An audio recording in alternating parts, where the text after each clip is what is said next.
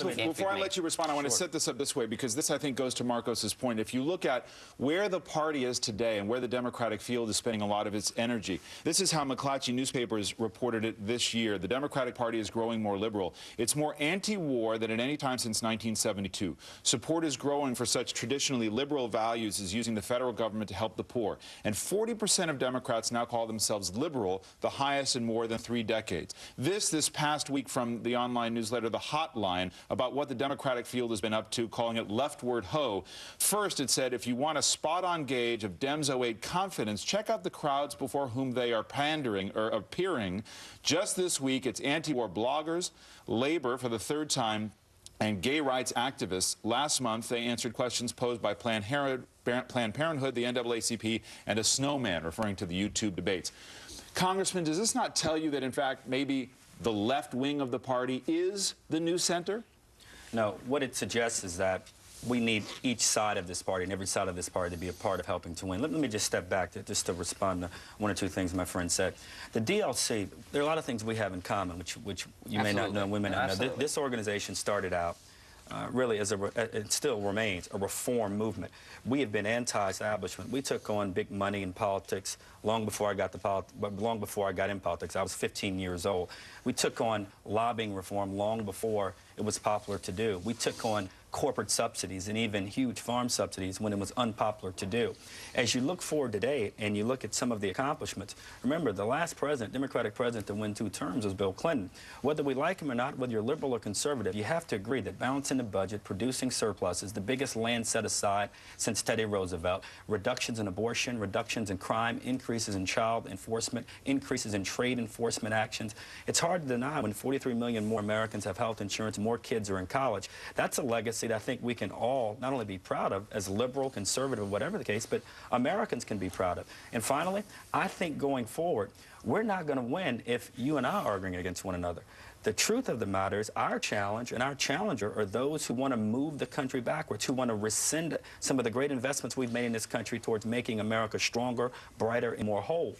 I happen to think that blaming John Boy, the DLC, for crumbling bridges or even this war is unfair. Had America and had the Congress known what we know today about Iraq, there's no way I would have voted for it or anyone.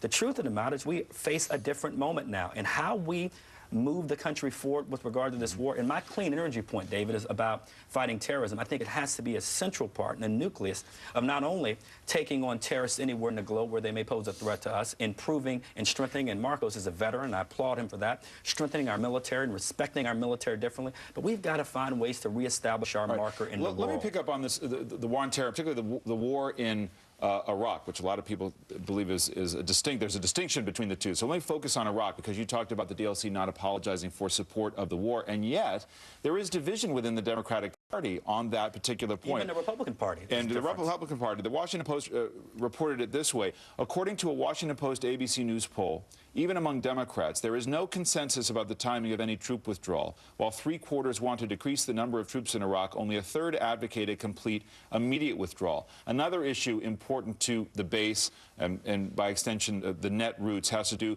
with gay marriage. This is a Pew poll from January of this year. Look at the division. Allowing legal gay marriage among Democrats, 49% in favor, 43% oppose. Markos, does that make the point to you, or at least raise the argument, that some of what you're arguing is not in the mainstream of the Democratic Party? Absolutely not. I mean, there's more division. On the Iraq issue, this is semantics. Whether we get out in 3 months, 6 months, or a year, there is a strong consensus, almost universal in our party, and vast majorities amongst the American public, that people want out. People want this war to end. They want our troops home. They want to bring our troops home to But how to you be get with their out families. is not just semantics. It's a very important point. When you ask a poll question, though, and you say, do you want to get out immediately, or do you want to get out in 6 months or a year?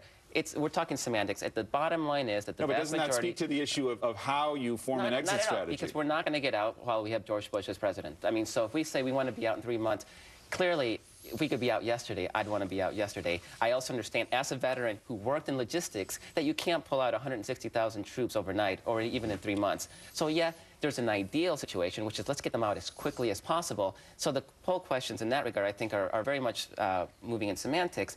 But I do agree with Harold that we do need to work together, and I hope you'll be at next year's yearly Coast Conference. Come to ours, too. Nicknamed, it's going to be called Netroots Nation. But what we need... Would either of you go to each other's conventions? I would go. I make clear right now, I will be there next year. But ultimately,